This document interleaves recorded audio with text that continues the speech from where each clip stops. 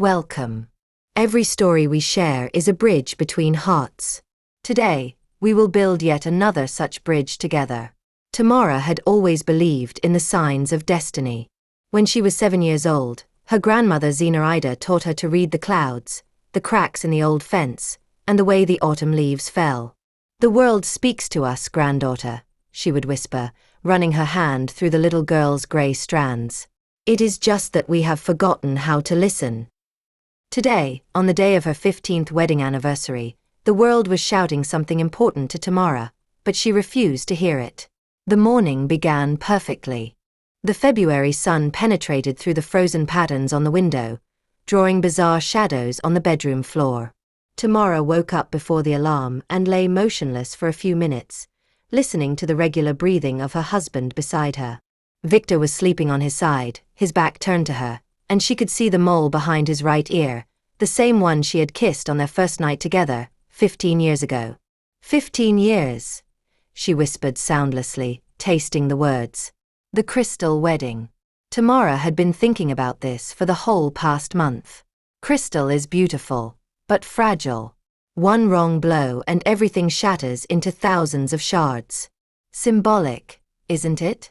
She slipped carefully from under the duvet, trying not to wake her husband. In the hallway, Maria, their 13-year-old daughter, was already waiting for her, transformed in an incredible way from a chubby-cheeked baby into an angular teenager, with her mother's grey eyes and her father's stubborn chin. "Mom, do you remember what day it is?" Maria spoke in a whisper, although the bedroom door was closed. "Of course, honey. The anniversary. I made you a card, but one, like I used to make in childhood, with glitter and all that. Just don't laugh, okay?" Tamara hugged her daughter, inhaling the scent of her strawberry shampoo. Still the kid's kind. Maria stubbornly refused to switch to the adult ones. "I never laugh at your cards." At breakfast, everything was as usual. Victor drank his coffee, scrolling through something on his phone. Maria poked at her oatmeal, and Tamara pretended not to notice how her husband hid his screen when she passed by him. This had started about half a year ago. These quick movements, these furtive glances, these conversations abruptly cut off when she entered the room. "Don't think about it," Tamara ordered herself.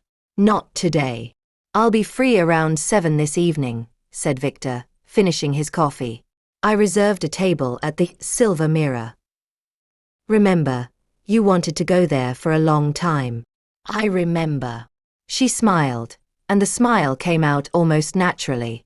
"I'm going to wear that blue dress with the open back." Victor raised an eyebrow and, for a moment, something from the past sparkled in his eyes, that something that made Tamara's knees weak 15 years ago. "If I still fit in it, you will fit. You haven't changed." A lie. A small, ordinary, comfortable lie. Tamara knew very well what had changed. 2 pregnancies. One that ended with Maria, the second one 5 years ago, with nothing. 39 years old. Sleepless nights and liters of coffee had left their marks. But she accepted this lie with gratitude, just as she had accepted many others. After Victor left for work and Maria for school, Tamara took the gift out of its hiding place in the closet. A watch. Not a simple watch. An antique chronometer from the beginning of the last century, with a gold case and an engraving on the inner lid. She had hunted for it for 3 months, called antique shops, bargained with collectors, and spent almost her entire secret reserve she had been saving for 2 years. On the lid of the watch, a sailing ship was engraved, exactly like in the drawing Victor had made for her on their first date. He was working then as a simple engineer at the shipyard, dreaming of one day building his own yacht and sailing to distant shores. He never built the yacht. He became a chief engineer, then a technical director, then the dreams about the sea somehow imperceptibly dissolved into quarterly reports and meetings. Tamara held the watch in her palm, feeling its pleasant weight. The sailboat on the lid was tiny but perfectly detailed. 3 masts, billowing sails, even a small flag at the stern. Inside the lid, she had asked for an engraving. "Our seas are still ahead. T." There were 7 hours left until the evening. Tamara tried to busy herself with chores. She worked as a remote translator and could plan her own time. But there were no urgent orders, and routine tasks would not leave her mind. She opened documents, read a few paragraphs, and caught herself thinking about the watch, about Victor, about the way his face would change when he saw the gift. Towards lunch, she gave in. "Why do I have to wait until tonight?" she asked herself, looking at her reflection in the hallway mirror. Grey eyes, brown hair with the first white strands she stubbornly dyed, fine wrinkles at the corners of her mouth. She would turn 42 in the summer, but today, in this light, she looked younger. The idea seemed wonderful, to go to her husband at work, to give him a small surprise. Victor always complained that she never did anything spontaneous, that their life had become too predictable. Well, here was some spontaneity. Tamara put on her beige coat, the one in which he once said she looked like a movie star from the 40s, and her red scarf, his favorite. She put the watch in her bag, wrapped in silver paper with little boats. She had searched for a week for precisely this type of paper. The snow had stopped, but the sky remained low, grey, oppressive. On the radio in the car, they announced something about the wind intensifying towards evening, about possible freezing rain. Tamara changed the station to music. Old songs she and Victor used to listen to, back before the wedding, when everything was fragile, new, unbearably beautiful. Victor's office was in an industrial zone on the outskirts of the city. Tamara went there rarely. The last time, it seemed, was 3 years ago, when he received a promotion and organized a small buffet for colleagues. She remembered the endless grey buildings, the smell of machine oil, the huge cranes on the horizon, resembling prehistoric animals. But today she took a different route. The navigator proposed a shortcut through the center, past the old neighborhoods with merchant mansions transformed into restaurants and boutiques. Everything here was so festive. The holiday garlands had not yet been taken down after the new year. Lights twinkled in the shop windows. People rushed about their business, bundled up in scarves. The traffic light at the corner turned red. Tamara stopped, looking distractedly around. On the right was an Italian restaurant, the same one they once wanted to go to, but never got around to. Bella Vista, white tablecloths at the windows, live flowers in vases even in winter. The parking lot in front of the restaurant was almost empty. Too early for lunch. Only 3 cars. Tamara froze. A black Audi with a characteristic scratch on the rear bumper, the same one Victor had made last summer, exiting the garage wrongly. She would have recognized this car out of 1,000. Coincidence, she told herself. How many black Audis aren't there in the city? The license plate. She didn't remember her husband's number by heart, completely. What did she need it for? But the last 3 digits were imprinted in her memory. 902. The year of their meeting, if you read it backwards. Victor had intentionally chosen such a number when he bought the car. From behind, someone honked. The light had changed to green. Tamara didn't move. Her hands gripping the steering wheel had gone numb. Another honk. Irritated. Insistent. She pulled over slowly to the right, stopped on the side of the road, diagonally across from the restaurant, and turned off the engine. "Don't do this," an inner voice whispered to her, suspiciously similar to grandmother Zenaida's voice. Some doors are better left unopened. But Tamara was already getting out of the car. The February wind hit her face, but Tamara didn't feel the cold. She walked towards the restaurant as if in a dream. Her legs carried her on their own, against her will, against reason which screamed, "Stop, turn back, you don't want to know this." But she did want to, that was precisely the problem, she wanted to. Half a year of suspicions, half a year of quickly hidden phones and unexpected meetings, half a year of absent looks from him and sleepless nights of hers. All of this demanded an answer. Any answer, even the most terrible one. The restaurant windows were large, almost the size of the whole wall, but the lower part was covered by a decorative grate with metal climbing leaves. Tamara approached, stood on her tiptoes, looking into the semi-deserted hall. Victor was sitting at a table in the corner, his back to the window. She recognized the back of his head, his shoulders in the grey jacket they had bought together last year, the way he tilted his head when listening to something important. Opposite him sat a woman. Tamara pressed her palm against the glass, not noticing what she was doing. The woman was young, about 30, maybe a little more. Dark hair tied in a careless bun, red lipstick, black dress with a deep neckline. She was saying something, gesturing actively, and Victor was laughing, with that laugh Tamara hadn't heard in such a long time. Then the woman reached across the table and took his hand. And Victor did not push her away. Time stopped. Tamara stood at the window, feeling the cold finally penetrate under her coat, her fingers going numb, something inside her, something important, basic, slowly breaking in two. The crystal wedding. One wrong blow and everything shatters into thousands of shards. She didn't know how long she stood there, maybe a minute, maybe 10. She woke up when the woman at the table suddenly looked up and looked directly at her. Their gazes met through the glass. Tamara's grey eyes and the brown, almost black eyes of the stranger. The woman frowned. Then her face changed, something flashed in it, a recognition, although they had never met. She let go of Victor's hand and said something to him. Victor turned around. Tamara ran. She didn't remember how she got to the car, how she started the engine, how she got out onto the road. She only remembered that somewhere, halfway home, she had to stop because tears were blurring her eyes and she couldn't see the road. She pulled into an empty parking lot, next to a closed store, and burst into tears for the first time in many years. Truly with sobs and wails, like in childhood.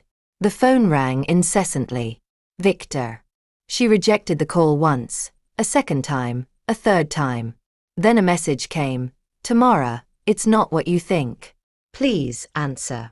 She turned off the phone. At home, it was empty and quiet. Maria returned from school only at 4 o'clock. She had extra math classes. Tamara went to the kitchen, poured herself water, but couldn't swallow a single sip. Her hands were trembling. The silver package with the watch was in her bag. Tamara took it out, turned it in her hands. The sailboat on the wrapping paper, little boats sailing towards nowhere. Our seas are still ahead. What stupidity! What monstrous, naive, childish stupidity! She wound up and threw the package against the wall. It hit with a dull thud and fell to the floor. Tamara immediately rushed to it, unwrapped the watch. Thank God, it was intact. The antique mechanism ticked evenly and quietly, like an indifferent heart. Pull yourself together, she ordered herself. You don't know what that was. Maybe a colleague?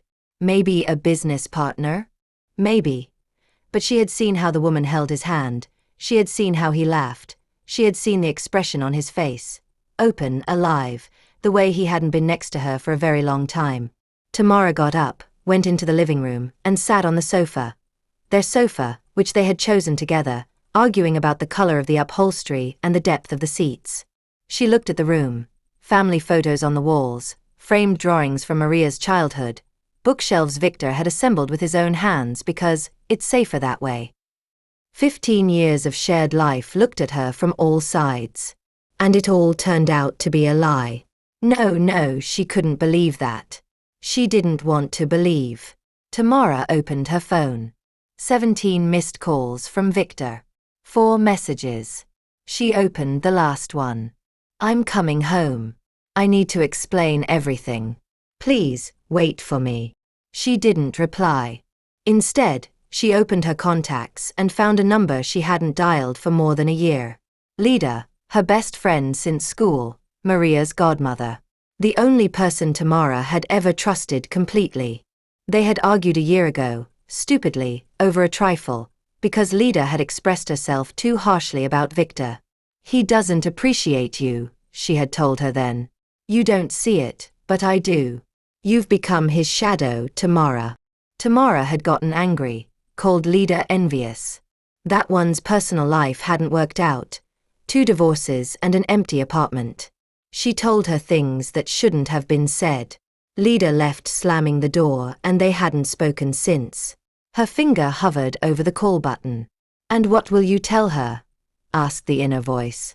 That she was right. That you were a fool. Tamara put the phone down. Instead, she went into Victor's study, a small room at the end of the hall where he worked in the evenings when he brought documents home. She rarely entered here, respecting his personal space. Now it seemed ridiculous to her.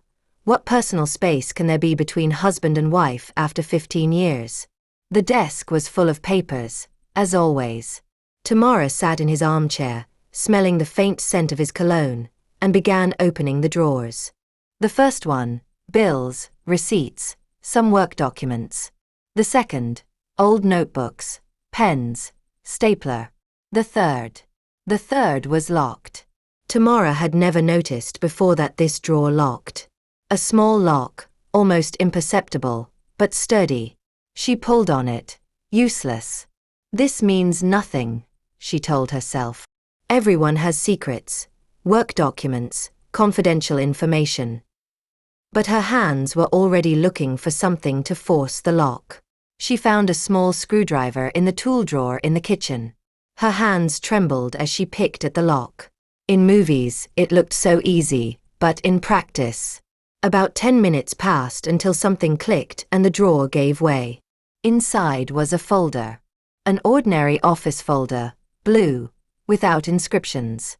Tamara opened it and the world stopped again. Photographs. Dozens of photographs. The same woman from the restaurant, on the beach, in a cafe, on a terrace overlooking the sea. One with Victor. Another with a little boy of about 8 or 9, dark-haired, thin, with a painfully familiar, stubborn chin. On the back of one photo was written in pencil, Daniel, 8 years old. Tamara flipped through the pictures with stiff fingers. Here is the woman and the boy at the playground. Here is Victor carrying the child on his shoulders, happy, laughing, the way she hadn't seen him in years. Here are all three, the woman, Victor, the boy, at a festive table. Candles burn on the cake, and the boy blows on them, squeezing his eyes shut. Under the photographs were documents. Tamara took them out. Bank statements. Regular, monthly transfers, in the name of Angela Kowalczyk. Amounts not exactly small, sufficient to support a family. 8 years. The child was 8 years old. Maria was 13. Tamara closed her eyes, trying to put the numbers together, to build the timeline. 8 years ago. That was the year Victor received a large project abroad. He would leave for a few months, return for short visits, then leave again. She worried then that he was working too much, that he had dark circles under his eyes. And then, 5 years ago, she lost their second child. A miscarriage at a late stage. A boy. They had already chosen the name, Sasha. And all this time, Victor had another son. Alive. Healthy. Growing. Tamara didn't notice when he entered, she only heard his voice, quiet, broken. Tamara. She turned slowly. Victor stood in the doorway of the study, pale as chalk. His gaze fell on the photographs in her hands and he closed his eyes. I can explain. Explain. Her voice sounded strange, metallic. What can you explain, Victor? That 8 years ago, when I was sitting at home with our daughter and waiting for you from business trips, you... She couldn't finish. It was a mistake. Just one time. I didn't plan it. It just happened and then... One time. Tamara threw the photos on the table. They scattered like a fan. The woman, the boy, Victor, happy faces. What is this? Are these 8 years also just one time? Victor took a step towards her. Don't come near. He stopped. Tamara, listen to me. Yes, I have a son. His name is Daniel and I am ashamed. I am monstrously ashamed that I hid this from you. But I couldn't. I didn't know how to say it. And Angela. We are not together. We never were really together. It was one night. A stupidity. I was drunk. I missed home. And today in the restaurant, were you also drunk? He fell silent. She was holding your hand, Victor. And you were laughing the way you haven't laughed with me for. Her voice trembled treacherously. I don't remember when you last laughed like that with me. The front door slammed. Mom, Dad. Maria's voice from the hallway. Are you home? Why are both your cars here? Tamara and Victor froze, looking at each other. In his eyes was fear. An animal, real fear. In hers, emptiness. Mom. Steps in the corridor. Closer and closer.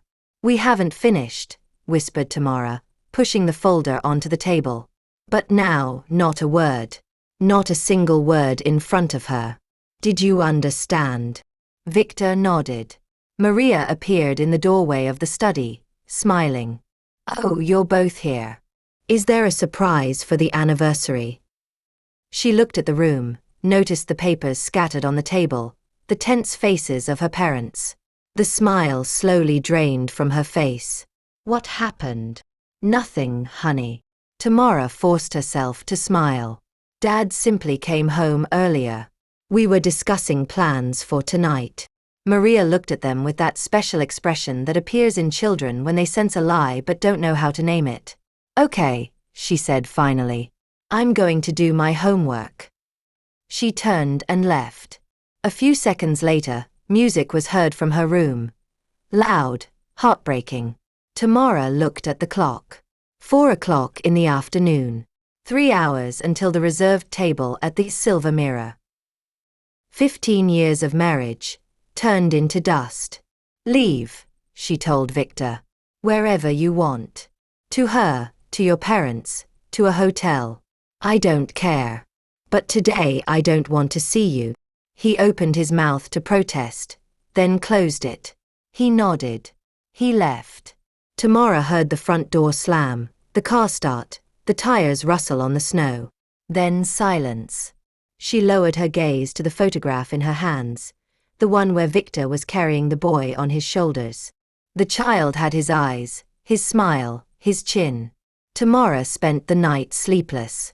She lay in their marital bed, too big, too empty, and stared at the ceiling. Shadows from streetlights crawled on the walls, changing shape, transforming into monsters from childhood nightmares. Outside, the wind promised by forecasters howled, throwing snow at the windows. Victor sent a few messages. I'm at my parents'. Forgive me. We need to talk. She didn't reply to any of them. By morning, she had made a decision. Mom, you're a bit weird, said Maria at breakfast, poking at her omelette. And where is Dad? Dad left on business. Urgent. The lie came unexpectedly easily. He returns in a few days. And what about the anniversary? You were supposed to go to the restaurant. We postponed. It's nothing serious, honey. Eat, come on, you'll be late for school. Maria looked at her long, searchingly. At her 13 years, she was too perceptive, a maternal trait that Tamara had also suffered from once. You fought, she said finally. It wasn't a question, but a statement. Maria. I'm not deaf, Mom. I heard yesterday. Not the words, but the voices. Your voice. You were very upset. Tamara put down her fork, looked at her daughter, at this almost adult girl who just yesterday was a little girl with pigtails and milk teeth. How much longer could she lie? How much was necessary? Yes, we fought. But these are grown-up matters, little one. We will solve them. Is it because of that woman? Tamara felt the blood drain from her cheeks. Which woman? Maria lowered her eyes. I saw Dad's phone. By mistake. A month ago. There was a message from a certain Angela. I didn't want to peek, honestly. The phone was simply on the table and the screen lit up. And what was written there? Daniel asks when you are coming. Maria raised her eyes, and there were tears in them. Who is Daniel, Mom? And why does Dad promise him something? Tamara was silent. Words were stuck in her throat. Does Dad have another family? Yes. Maria's voice trembled. I read on the internet. It happens. When men. Maria, enough. Tamara stood up, went around the table, hugged her daughter. The latter hid her face in her shoulder, sobbing. Listen to me. Whatever happens between me and Dad, You are not guilty of anything. And Dad loves you. I know that for sure. But he has another child. Tamara closed her eyes. How much longer could she lie? Yes. Maria pulled away, wiped her tears with the sleeve of her sweater. Boy or girl? Boy. He is 8 years old. That means when I was 5. Maria was calculating in her mind, and Tamara could see understanding slowly appearing on her face. Dad traveled a lot on business trips then. Yes. And all this time. Maria, please. I myself don't understand everything yet. Give me time to figure it out. And now you must go to school. I don't want to go to school. I know. But you must. Tamara took her daughter's face in her palms, looked into her eyes. We will manage. Whatever happens, we will manage. Together. Okay. Maria nodded, although doubt could be read in her eyes. After her daughter left, Tamara sat for a long time at the kitchen table, staring into the void. Then she took out her phone and dialed the number she hadn't dialed for a year. Lida answered after the 3rd ring. Tamara. There was amazement in her voice, but not hostility. Lida. Her voice trembled treacherously. You were right. About everything. You were right, and I was an idiot. Pause. Then. Come over. I'm home now. Do you still remember the address? I remember. Lida lived in an old neighborhood, in an apartment inherited from her grandmother. Tamara remembered this apartment from childhood. High ceilings, parquet that creaked, smell of old books and cat hair. Here, she and Lida once prepared for exams. Here they cried over first broken hearts. Here they dreamed of the future. The future turned out to be completely different from what they had imagined. Lida opened the door and hugged her silently. She was the same as a year ago. Small, thin, with a short haircut and the eternal cigarette in the corner of her mouth. Only the white hairs had multiplied. Tell me, she said after they sat on the old sofa with cups of tea. Everything, from the very beginning. And Tamara told her. About the gift, about the restaurant, about the photos and documents, about the boy with Victor's chin and a stranger woman's eyes, about the sleepless night and the discussion with Maria.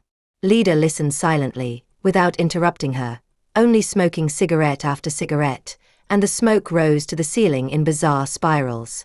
8 years, she said finally, when Tamara fell silent. 8 years he led you by the nose. I was blind. No, you were in love. Those are different things. Lida put out the cigarette. What do you plan to do? I don't know. Tamara clasped the cup in her palms, feeling its warmth. Part of me wants to leave, to take Maria and go somewhere where he can't find us. To start over. And the other part? The other part. She fell silent, searching for words. 15 years. Lida, that is half my conscious life. I don't know who I am without him. I don't know if I will be able to. You will be able to. You are stronger than you think. How do you know? Lida smiled bitterly. Because I've known you for 30 years. And because I've been through this too. Twice. She paused a little. But there is something you must do before making a decision.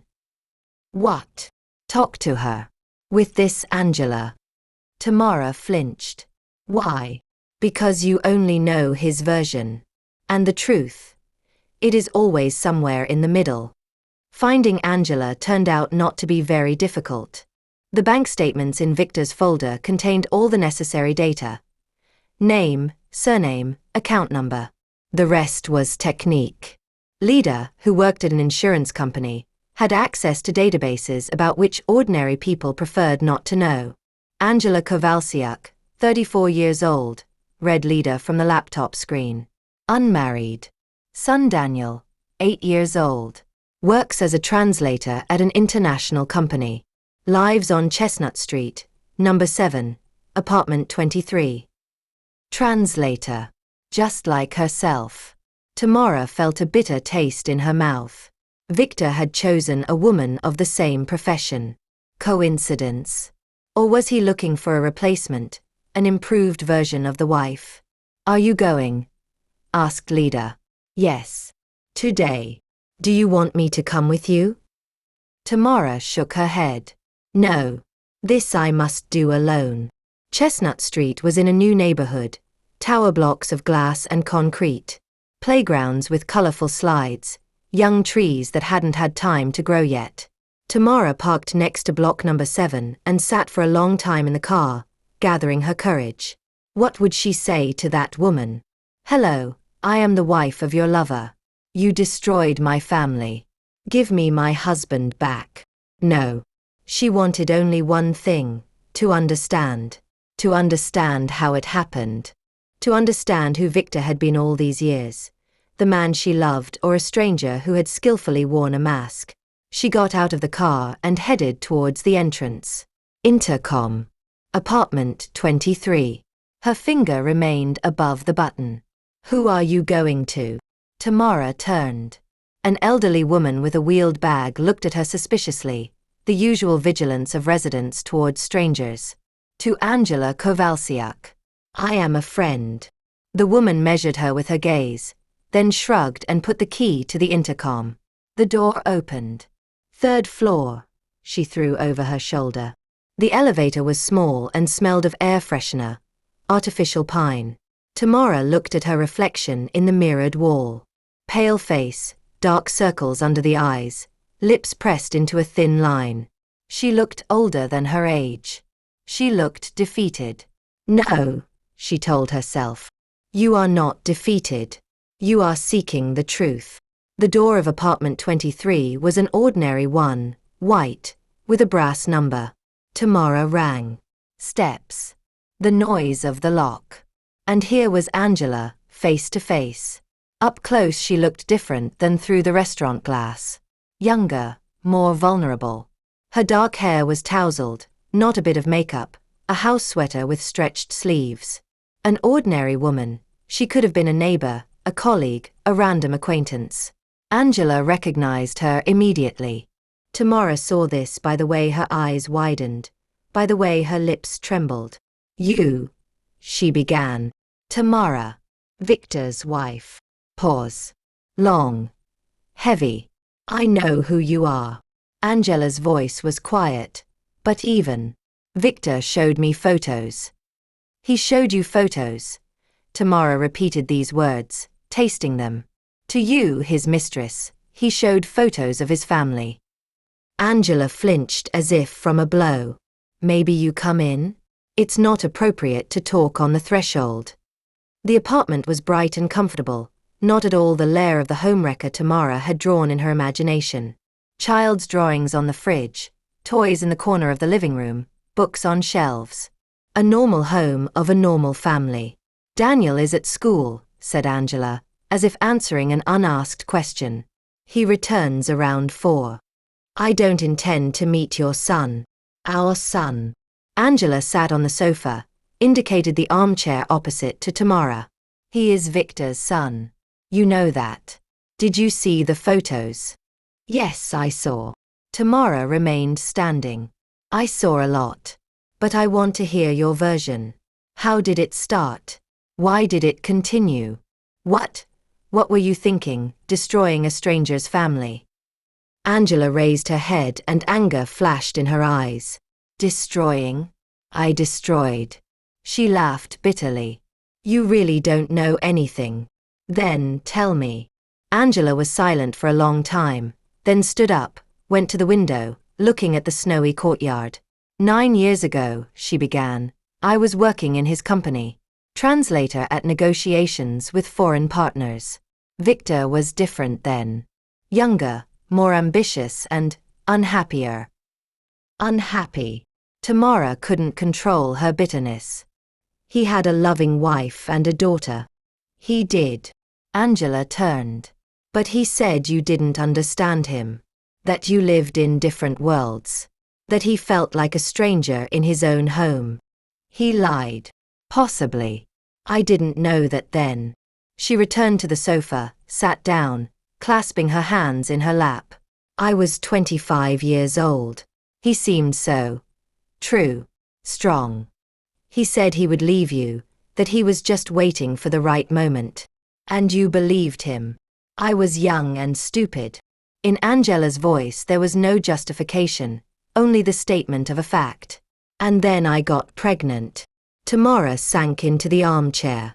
Her legs suddenly refused to hold her anymore. And what did he say? That he loves me. That we will be together. That he only needs time, to finish a project, to wait until your daughter grows up, to arrange financial matters. Angela shook her head. So many reasons, so many excuses. And I waited. 1 year, 2, 3, 8 years. Yes, 8 years. She raised her eyes to Tamara. Do you think I am happy? Do you think this is the life I dreamed of? To raise a child alone, to see his father once a month? To explain to Daniel why Dad doesn't live with us? Tamara was silent. 3 years ago I gave him an ultimatum, continued Angela. I told him, either you leave her, or we break up forever. Do you know what he answered? What? That he can't. That he can't cause you pain. That you went through the loss of a child and he has no right to deliver the finishing blow. Angela laughed bitterly. Noble, isn't it? He was protecting you from the truth. All this time, he was protecting you. The loss of a child. Sasha, the boy whom they never saw. Tamara remembered those dark months, the endless tears, the sensation of emptiness. Victor, holding her hand in the hospital. And all this time, he had another son. Healthy. Alive. Why didn't you leave? She asked. Why did you stay with him? Angela was silent for a long time. Because Daniel loves his father. Because she stumbled. Because I still hoped. Until yesterday. What happened yesterday? You happened. Angela looked directly into her eyes. He saw you in the restaurant window and understood everything. He understood that the truth finally came out. And do you know what he did? Tamara shook her head. He cried. Right there, at the table. And he said he lost everything. Not me. You. You and your daughter. Silence fell in the apartment. Outside a crow croaked. Somewhere a door slammed. I hated you, said Angela suddenly. All these years. The woman he couldn't leave. The woman he always returned to. But now. She shook her head. Now I understand that we were both his victims. He used us. He took what he wanted, without thinking about consequences. Do you love him? The question escaped before Tamara could stop it. Angela was silent for a long time. I loved him. Much, desperately. She passed her hand over her face. But in the last 2 years, I got tired. I got tired of being the second one. I got tired of promises. I got tired of explaining to my son why Dad can't stay overnight, can't come to the parent meeting, can't. Her voice broke. Tamara looked at this woman, her rival, her enemy, and felt no hatred. Only tiredness and a strange, painful understanding. What will you do now? Asked Angela. I don't know. Tamara stood up. But thank you for the truth. Wait. Angela stood up too. There is something else. Something you don't know. Something I didn't know either until recently. Tamara stopped at the door. What? Angela went to the dresser, took an envelope out of a drawer. This came a week ago. I didn't understand what it meant. But now that you are here. Tamara took the envelope. Inside was a photograph and a short note. In the photograph, Victor, young, about 25 years old. Next to him, a woman with a baby in her arms. Not Angela. Not Tamara. The note said, he lies to everyone. Ask him about Ekaterina and the first child. Tamara sat in the car, clutching the envelope in her hands. The photograph lay on her knees, young Victor, smiling happily, and an unknown woman with a baby. On the back of the photo in faded ink, was written, Victor, Ekaterina, and Maxim. First anniversary.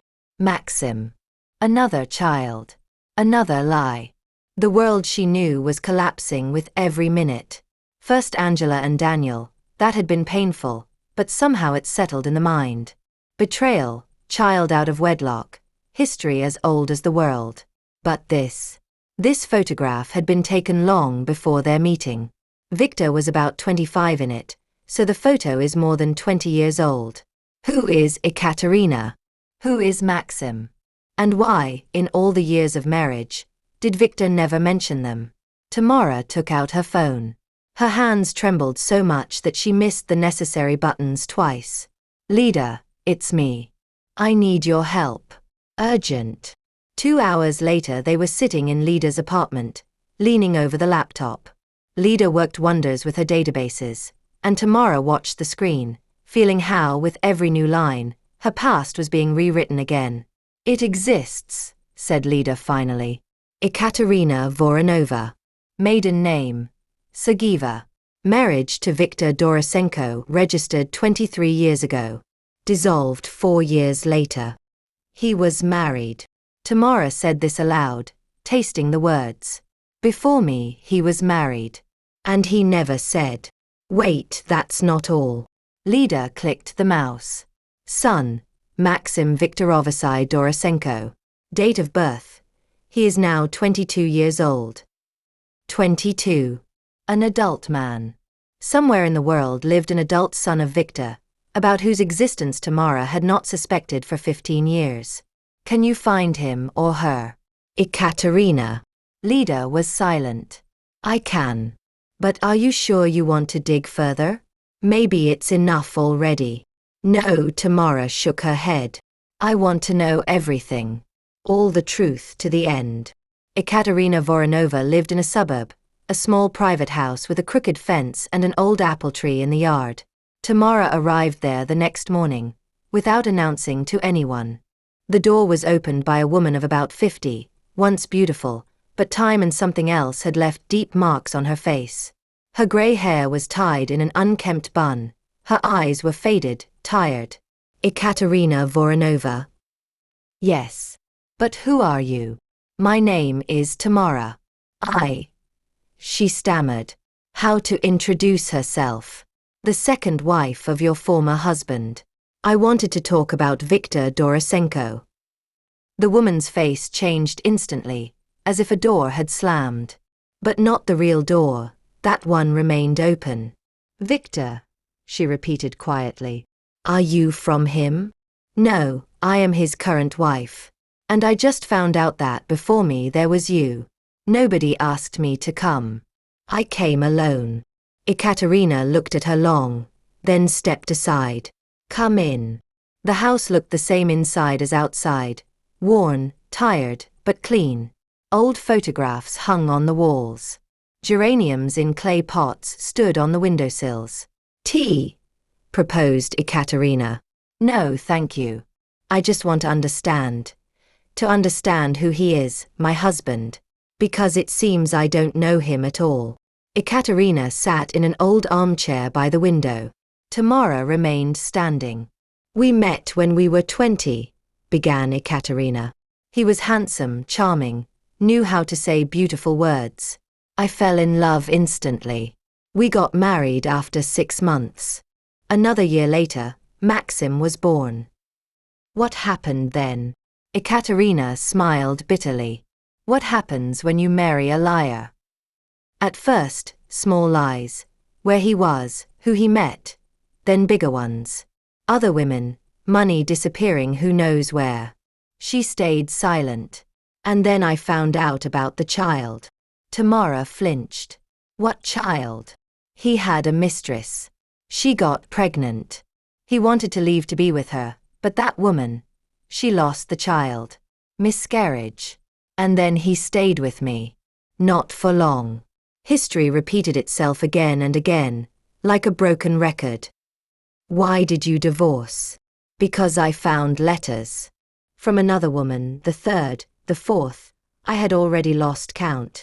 Ekaterina looked out the window. And I understood that he would never change, that this is his nature. To lie, to cheat, to live a double life. Triple, whatever it may be. Tamara sat down on a chair. Where is your son now? Maxim. Ekaterina's face turned to stone. Maxim died 5 years ago. The world tilted again. How? Car accident. He was 17 years old. Ekaterina's voice was steady, but her hands gripping the armrests of the armchair turned white. Victor didn't even come to the funeral. He sent money and condolences. Money. 5 years ago, the very year Tamara had lost her unborn son. He knew, she whispered. Victor knew about Maxim's death. Of course he knew. I called him. I begged him to come, at least to say goodbye to the son he abandoned. Ekaterina turned to Tamara. Do you know what he said? That he couldn't, that he was having a difficult time in his family, that his wife was going through a loss, that he had to be by her side. By her. By Tamara. He stayed with Tamara because she had lost a child and didn't go to bury his other son. Who sent the photo? Asked Tamara. Angela, with a note. Ekaterina shrugged. Not me, but I can guess who. Who? Marina. Victor's sister. Sister. Victor had a sister. Tamara drove home, her thoughts tangling in her head, layering over one another. In the 15 years of marriage, Victor had never mentioned a sister. His parents, Pyotr Andreevich and Nina Vasilyevna, had been silent too. At family holidays, at rare meetings, at endless teas. Not a word, not a hint. Another lie. Another skeleton in the closet. Ekaterina had given her the address. Marina lived in the neighboring district, working as a nurse at the city hospital. They haven't communicated for about 15 years already, Ekaterina had said. Since she found out the truth about her brother. The whole truth. What else could there be? What other secrets did the man she had shared a bed with, raised a daughter with, and built a life with hide? The phone rang. Maria. Mom, where are you? I came home from school. No one is here. I'm coming soon, sweetheart. Wait for me. Dad called 3 times, asking where you were. I told him I didn't know. You did well. Pause. Mom, what is happening? Are you divorcing? The word hung in the air. Heavy. Inevitable. I don't know, Maria. Honestly, I don't know. At home, Tamara hugged her daughter and didn't let go for a long time. Maria. The only real thing left of her marriage. The only thing she didn't doubt. Mom, are you crying? Said Maria softly. No. Tamara wiped her eyes. I'm just tired. Can you tell me? I'm not little anymore. Tamara looked at her daughter, at this almost adult girl with serious eyes. How much longer could she protect her from the truth? How much longer could she lie? Just as Victor lied. Sit down, she said. There are things you need to know. She didn't tell her everything, not about the first wife, not about the deceased Maxim, only about Angela and Daniel. She filled in the fragmented information Maria already had. That was enough. Maria listened in silence. Her face was impenetrable, adult, foreign. It means I definitely have a brother, she said finally. Step-brother. Yes, he is 8 years old. But does he know about me? Tamara hadn't thought about that. Did Daniel know about Maria's existence? What did Victor tell him? That he has another family, another daughter. I don't know, sweetheart. Maria stood up, approached the window. I want to meet him. What? Daniel. He is my brother. He is not guilty of anything. She turned around. Just like me. There was such adult bitterness in her voice that Tamara's heart tightened. Maria, it's complicated. Complicated is when you are 13 years old and find out your father is a liar. Meeting a brother is simple. In the evening, Victor called. Tamara looked at the screen with his name for a long time. Then she answered anyway. Tamara, thank God, I've been calling all day. You aren't answering. We need to talk. Yes, we do, but not on the phone. Can I come over? No. She fell silent. Tomorrow at the cafe on the corner of our street. At 2 o'clock. Okay, Tamara. She hung up. At night she couldn't sleep. She lay in the dark, leafing through their life together in her memory, looking for signs she had missed. Were there any? Should she have guessed? The first years of marriage. Happy, full of love and plans. Maria's birth, sleepless nights, first steps, first words. Then the routine, work, everyday life. Victor drifted away gradually, so slowly that she didn't notice. Business trips became longer, conversations shorter. She blamed it on fatigue, stress, age, while he was living another life. Parallel. Secret. In the morning she went to Marina. The hospital was in the old part of the city. A brick building of Soviet construction, peeling but clean. Tamara asked at the reception where she could find Marina Doroshenko and was directed to the therapy ward. Marina resembled Victor, the same dark eyes, the same stubborn chin. But something in her face was different, softer, more open. "Are you looking for me?" she asked, looking up from papers at the nurse's station. "If you are Marina Doroshenko, yes." Marina looked at her carefully. "You are. Tamara. Do you know me?" "From photos. Victor used to show them to me when we still communicated." She stood up. "Let's go to the break room." "There's no one there." The break room, a small room with a sofa, a table, and a coffee machine. Marina poured 2 cups of coffee, sat down in front of Tamara. "Did you send the photo?" asked Tamara without introduction. "Yes." "Why?" Marina clasped the cup in her palms. "Because it's enough. Because he lies his whole life and everyone around him suffers, and he comes out clean as a whistle. I stayed silent for too long. Tell me everything." Marina was silent for a long time, gathering her thoughts. Victor was the parents' favorite. Always handsome, smart, charming. He was forgiven everything. Any outburst, any mistake. She sipped her coffee. When he was 19 years old, he got the neighbor's daughter pregnant. She was 16 years old. The parents hushed up the case, paid for the abortion, sent the family to another city. Tamara was silent, afraid to interrupt. Then there was Ekaterina.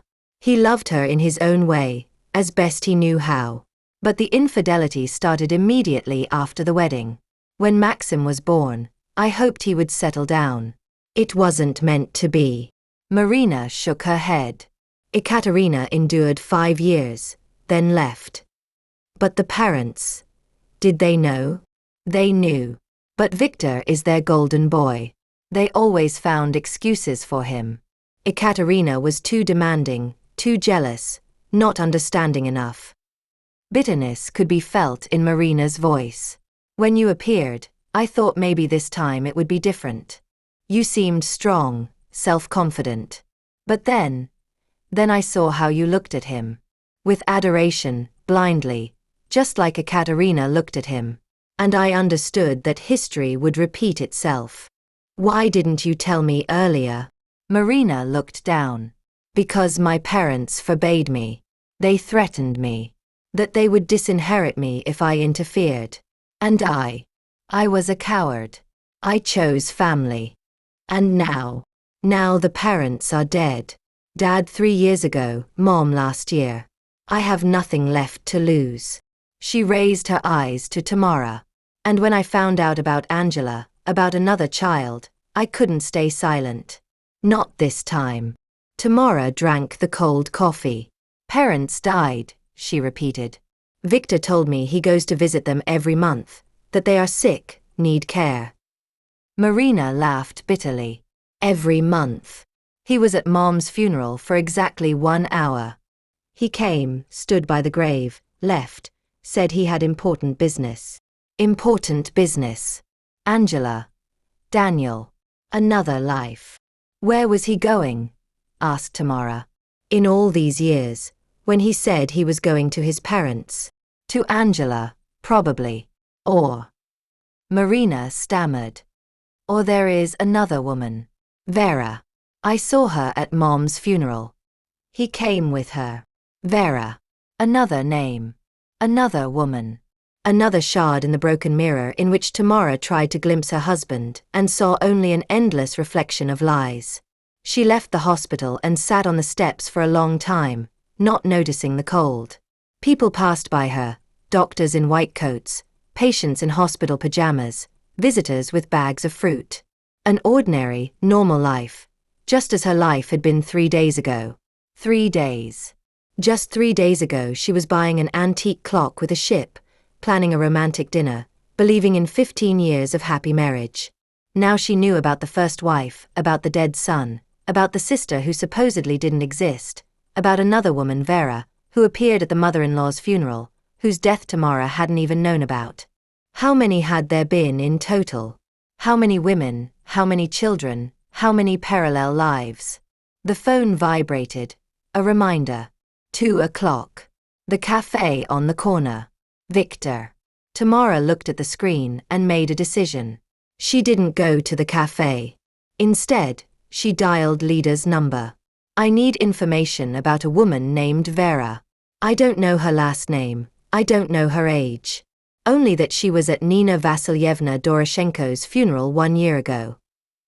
Tamara. It's like looking for a needle in a haystack.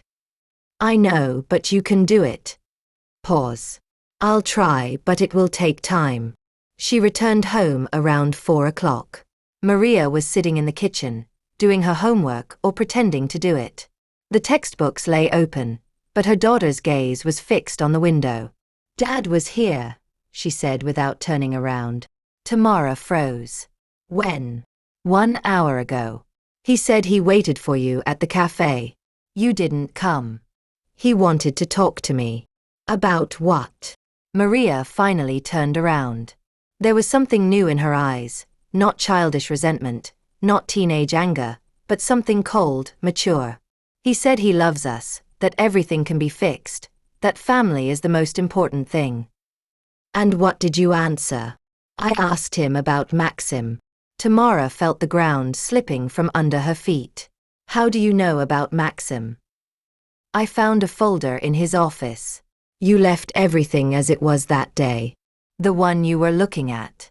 There weren't just Daniel's photos there. Maria spoke evenly, without emotion. There was the birth certificate, Maxim Viktorovich Doroshenko, and the death certificate. Tamara sat down on a chair.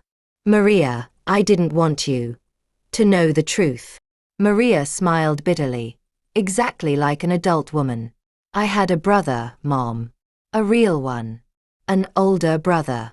He died 5 years ago and no one told me. I was 8 years old when he died. 8. I found out myself only yesterday. I know. Maria sighed. Dad. When I asked him about Maxim, he started crying. For the first time in my life, I saw him cry. What did he say? That it was his biggest mistake, that he was afraid. That he thought it would be better if we didn't find out. Maria shook her head. He was afraid of so many things, Mom, he hid so much, and now everything has collapsed and he doesn't know what to do. Where is he now? He left. He said he would stay at a hotel. In the evening, Lida called. I found your Vera. Vera Ignatieva, 41 years old. She works as an accountant at a construction company. Unmarried. No children. Pause. But here is something interesting. She works at a company that is a contractor for your husband's firm. They have been collaborating for 7 years already. 7 years. Again this number between Angela and Vera, between one lie and another. Do you have the address? I do. But Tamara, maybe it's enough? You already know enough, more than enough. I need to understand, Lida. To understand how many there were. To understand who I lived with for 15 years. You lived with a man who doesn't know how to love, or knows, but in his own way, sick. No matter how many women you find, that won't change. Tamara was silent. Okay, sighed Lida. Write down the address. The next morning she went to Vera. A small apartment in a sleeping district, 3rd floor, the door with peeling paint. Tamara rang the bell and prepared for another difficult conversation. The door was opened by a not very tall woman, plump, with a kind and tired face. Not a femme fatale at all, not a homewrecker from the movies. Vera Ignatieva? Yes. And you are? Tamara Doroshenko, Victor's wife. Vera's face went white, then she took a step back, as if struck. I didn't know he was married. I swear I didn't know. It was so unexpected that Tamara lost her speech for a moment. You didn't know? He said he was divorced, that his ex-wife lives in another country with their daughter, that they separated many years ago. Vera spoke quickly, jerkily. I believed him. God, what a fool I am. Can I come in? Vera stepped aside in silence. The apartment was small but cozy. Crocheted doilies on the table, flowers on the windowsill, the smell of homemade baking, photos on the walls. Vera with an elderly woman, probably her mother. No trace of Victor. How long have you been together? Asked Tamara. For 5 years. Vera sat down on the sofa, hugging herself with her arms. We met at a work conference. He was so attentive, caring. He told me I was special. 5 years. That year. The year when Tamara lost the child. The year when Maxim died. Did he promise he would marry you? Vera nodded. He said he needed time to arrange his affairs, to sell the business, to prepare for the move. We planned to go south, to buy a house by the sea. She smiled bitterly. Beautiful plans, aren't they? I believed every word. Did you know about the other women? Which others? Vera looked up. Are you not the only one? No. There is also Angela. They have a son of 8 years. Vera covered her face with her hands. God, what kind of man is he? A monster, suggested Tamara. No. Vera lowered her hands. There were tears in her eyes. No, that's just it. He is not a monster. He is an ordinary man, weak, cowardly, incapable of making a choice. He wants to love everyone and not lose anyone, and in the end, he loses everyone. Yes. Vera wiped her tears. When did you find out? 3 days ago, on our wedding anniversary. I am so sorry. Strangely, Tamara believed her. This woman was another victim, another deceived soul. Did he call you after everything came out? Yes, yesterday. He said he got into a complicated situation, that he needs my support. Vera shook her head. I hung up on him.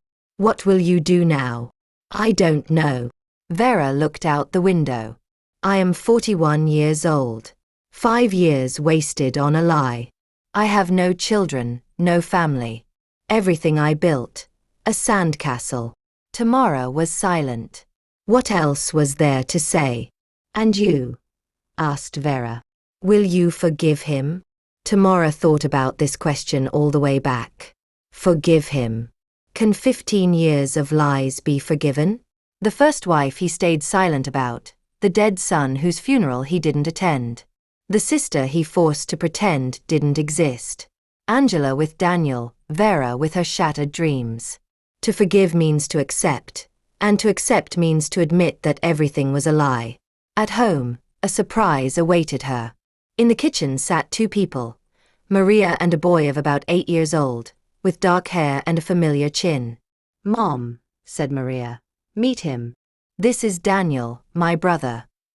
Tamara froze in the kitchen doorway, unable to move. The boy looked up at her, big brown eyes, scared and curious at the same time. On the table in front of him stood a mug of cocoa. In his hands, he clutched a cookie. Maria. Tamara's voice sounded hoarse. What is happening? I called Angela. I found her number in Dad's documents. Maria spoke calmly, almost formally. I told her I want to meet my brother. She brought him. Where is she now? In the living room. Waiting. Tamara looked at Daniel. He resembled Victor so much, the same shape of eyes, the same shape of lips. But something in his face was softer, brighter, maternal. "Hello," she said finally. "I am Tamara." "I know," answered the boy quietly. "You are Dad's other wife." The other wife. From a child's mouth, it sounded so banal, so simple. "Yes, I am Dad's wife. Maria said she is my sister." "Is it true?" "True." Daniel processed the information, then nodded. "Okay. I never had a sister. Only Mom and Dad." "Well, Dad sometimes." "Dad sometimes." Two words that held all the pain of a boy growing up seeing his father in snatches, according to the schedule of a stranger's life. Tamara entered the living room. Angela sat on the edge of the sofa, straight as a string. Seeing Tamara, she stood up. "I didn't want to come uninvited," she began. "But your daughter. Was she very insistent?" "She said it was important." "It is important," agreed Tamara. "Sit down."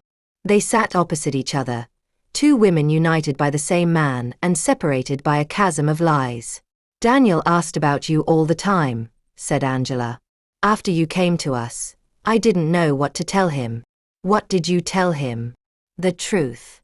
That Dad has another family, that he loves him, but doesn't live with us." Angela looked down. He cried.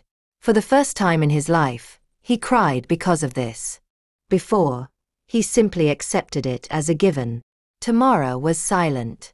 "I don't want our children to suffer because of us," continued Angela. "Because of what Victor did. They are not guilty." "Agreed." From the kitchen came a laugh. Childish, crystalline. Maria was telling Daniel something, and he was laughing. And for a moment, this seemed so normal, so right. "You have a good daughter," said Angela. "And you have a good son." They looked at each other and something changed. Not friendship, no, but something similar to understanding. "Victor called me yesterday," said Angela. "He said he wants to fix everything, that he is ready for anything." "And what did you answer?" "That it is too late. That I am tired of waiting." She fell silent. 3 years ago I gave him an ultimatum. He refused. Now it's my turn to refuse. Are you sure?" Angela looked up. "But you. Will you forgive him?" Tamara didn't get a chance to answer. The front door opened. Steps in the hallway. Familiar. Heavy. Victor appeared in the doorway of the living room. Unshaven, drawn, with deep circles under his eyes. He froze seeing both of them together. "Tamara. Angela." His voice was hoarse. "What are you doing?" "Getting acquainted," said Tamara. "Swapping stories. We have a lot in common, it seems." "Tamara, listen." "No." She stood up. "Now you listen. I know everything about Ekaterina and Maxim, about your sister Marina, about Vera, about the lie with which you wrapped us all like in a spider web." Victor turned white. "Ekaterina told." Ekaterina, Marina, Vera, they all told. Tamara felt years of held-back pain rising from inside. 15 years. Victor. 15 years I was your wife and I didn't know who you were. I didn't know you had another family. I didn't know you have a sister. I didn't know your parents died. I wanted to protect you. Protect me. Tamara laughed bitterly. You protected yourself, your comfort, your double life. Triple, said Angela quietly. At least triple. Victor turned to her. Angela, you don't understand. I understand perfectly. Angela stood up too. 8 years I understood, I waited, I believed. I won't do it anymore. The children appeared in the doorway, Maria and Daniel. They stood side by side, shoulder to shoulder, and looked at their father with the same expression. Not anger, not resentment, disappointment. Dad, said Maria, why did you lie to us? Victor opened his mouth and closed it. For the first time since Tamara knew him, he couldn't find the words. You lied to Mom. You lied to me. You lied to Daniel and his mother. Maria's voice was even, mature. You lied to everyone. Always. Why, Maria? Victor took a step toward her. I loved you. All of you. I simply couldn't choose. I couldn't lose anyone. And you lost everyone, said Tamara. Victor sat down on the sofa, as if his support pillar had been removed. He looked small, destroyed, not at all the self-confident man she had married. What should I do? He whispered. Tell me, what should I do? No one answered. Daniel approached his father carefully, took his hand. Dad, don't cry, he said. Adults shouldn't cry. Victor looked at his son, at this boy whom he saw in snatches, to whom he lied about the reasons for his absences. Forgive me, he whispered. Forgive me, Daniel. For what? For everything. The boy hugged his father, simply, childishly, without conditions and reservations. And Tamara saw Victor flinch, saw his shoulders start to shake. I don't know if I will be able to forgive you, she said. I don't know if I want to, but I know one thing.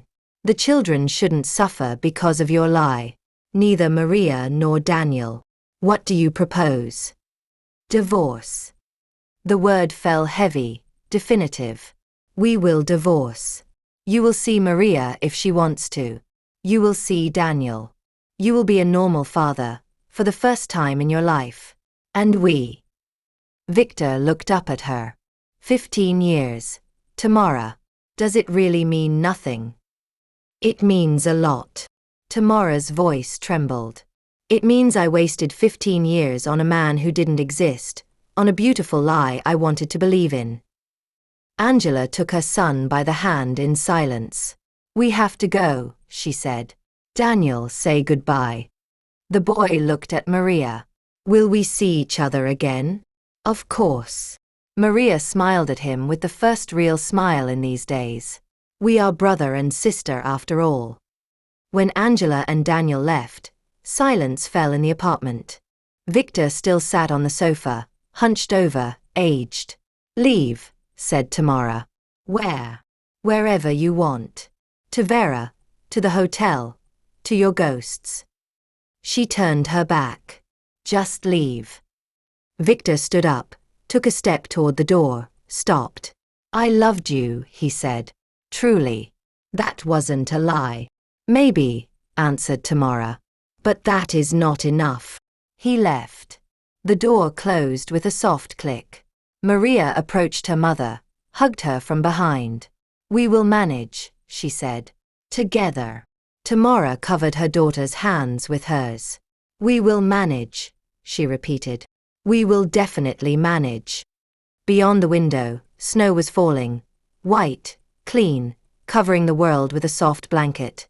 Tomorrow a new life would begin. Without lies, without Victor, but with hope. 1 year passed. Tamara stood at the window of her new apartment, a small but cozy one, with 2 rooms, on the 3rd floor of an old house, with high ceilings and parquet that creaked. Outside it was spring, the chestnut trees had put out their candles, sparrows bustled in the lilac bushes, children shouted on the playground below.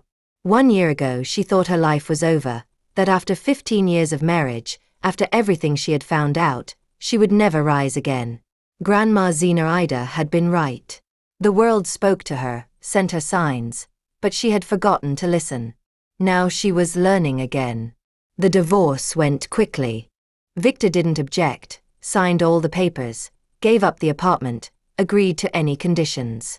He seemed broken, lost, a man whose house of cards, which he had been building his whole life, had collapsed. Tamara sold their shared apartment, too many ghosts haunted its rooms, and bought this one, smaller, but hers. Completely hers. Mom, are you ready? Maria stood in the doorway. Already dressed, jeans, light jacket, sneakers. 14 years old, almost 15. In this year she had grown taller, thinner, started to resemble a young lady even more. But the main change was inside. She had matured ahead of time, learned to look at the world without rose-colored glasses. Almost. Give me 5 minutes.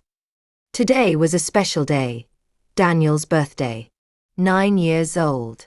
Angela had invited them to the party, and Maria had insisted on going. In the year that had passed, the relationships between the two families, Victor's former families, had settled in a strange way. Not friendship, no, but something resembling a survivor's union. Angela and Tamara talked on the phone sometimes, discussed the children, shared news. Maria and Daniel saw each other almost every weekend, went to the cinema, walked in the park, played board games. Brother and sister, despite everything. Tamara took the gift from the table, a drawing set that Maria had been choosing for 1 week, consulting with her brother on the phone. Daniel had become passionate about drawing 6 months ago, and Maria was proud that she had taught him the basics. "Let's go," she said, leaving the room. On the way to Angela's, Tamara thought about how strangely life had settled. 1 year ago she hated this woman, the destroyer, the thief of another's happiness. Now she understood that Angela had been exactly the same victim as she was. 2 women, deceived by the same man, who had found a common language over the ruins. Victor saw the children regularly. Saturdays with Maria, Sundays with Daniel. Tamara didn't stop him, although at first, it had been hard. He had changed, or was trying to change. He had undergone a course of psychotherapy, for the first time in his life. He had started to tell the truth, clumsily, painfully, like a man learning to walk again after an accident. He had broken up with Vera immediately after everything was found out. She had left alone, without waiting for explanations. Marina, his sister, had started communicating with him, cautiously, distrustfully, but still. Ekaterina, the first wife, never forgave him. Some wounds do not heal. Angela's apartment was decorated with balloons and garlands. Daniel rushed to them from the doorway, hugged Maria first, then, hesitating a little, Tamara. "Aunt Tamara, you came?" "Of course I came. Happy birthday, Daniel." Aunt Tamara. A strange address, but that's what they decided together with Angela. Neither stepmother nor strange woman, simply aunt, a relative. In the living room, there were already guests, a few children from Daniel's class, their parents. And one more person Tamara didn't expect to see. Lida.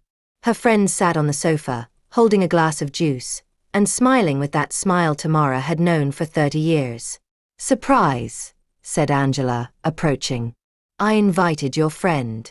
I hope you don't mind." "I don't." Tamara hugged Lida. "Not at all." The celebration followed its course. Cake, candles, gifts, children's laughter. Tamara looked at all this and thought about how much had changed. 1 year ago she was sitting at a restaurant window, watching her world collapse. Now she was sitting in a strange living room and felt almost happy. Almost. In the middle of the party, Victor called. Tamara went out to the balcony to answer. "Tamara." His voice was quiet, cautious. "I wanted to know how Daniel is doing. I couldn't come today. Maria had things to do in the morning. Everything is fine. The party is in full swing." Pause. "How are you?" She was silent for a long time, looking at the city below, the roofs of houses, the blossoming trees, the endless sky. "Better," she said finally. "Much better. I'm glad." Another pause. "Tamara, I know I have no right to ask, but I would like to talk sometime. Not about us, about the children, about the future.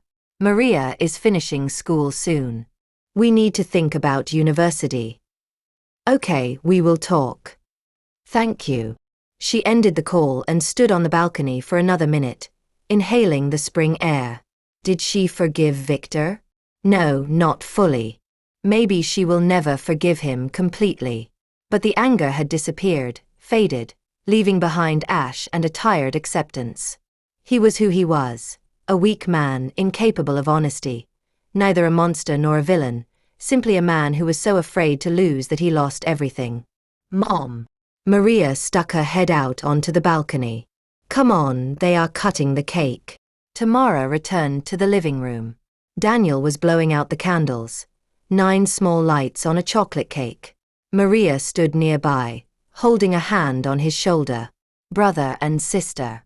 Angela caught Tamara's gaze and smiled, faintly, wearily, but sincerely. Both had gone through hell, but came out, not unharmed, with scars, with cracks in the soul, but alive. After the party, when the guests had left and the children went to play in Daniel's room, the three women remained in the kitchen. Tamara, Angela, and Lida. To us, said Lida, raising her cup of tea. To the survivors. To the survivors, repeated Tamara and Angela. They drank tea and talked about children, about work, about summer plans. An ordinary conversation of ordinary women. But behind every word stood a history of pain, betrayal, and in the end, healing. Tamara looked at these women, her old friend and former rival, and thought that life is a strange thing. Sometimes you have to lose everything to find something new. Sometimes you have to break the mirror to see the real you. The antique clock with a ship still lay in her desk drawer. She couldn't throw it away, nor give it to Victor. Maybe one day, she would gift it to Daniel or Maria. Maybe she would simply keep it as a memory. Our seas are still ahead, said the engraving. And that was true. Only these seas turned out to be completely different. Not the ones she had dreamed of 15 years ago. Stormy, unpredictable, dangerous, but still beautiful. In the evening back home, Tamara stood for a long time at the window of her new apartment. Maria was already asleep. The house was quiet. Outside, the sunset was fading, coloring the sky in pink and gold. Grandma Zenaida used to say, "The world speaks to us, granddaughter. It's just that we forgot to listen." Tamara was listening. For the first time in many years, she was truly listening. And the world was telling her that everything would be fine. Not immediately. Not easily. But it would be. She smiled at her reflection in the dark glass and went to sleep. Tomorrow a new day would begin. Tell me your impressions. Communication enriches us all. Support with a like and subscription.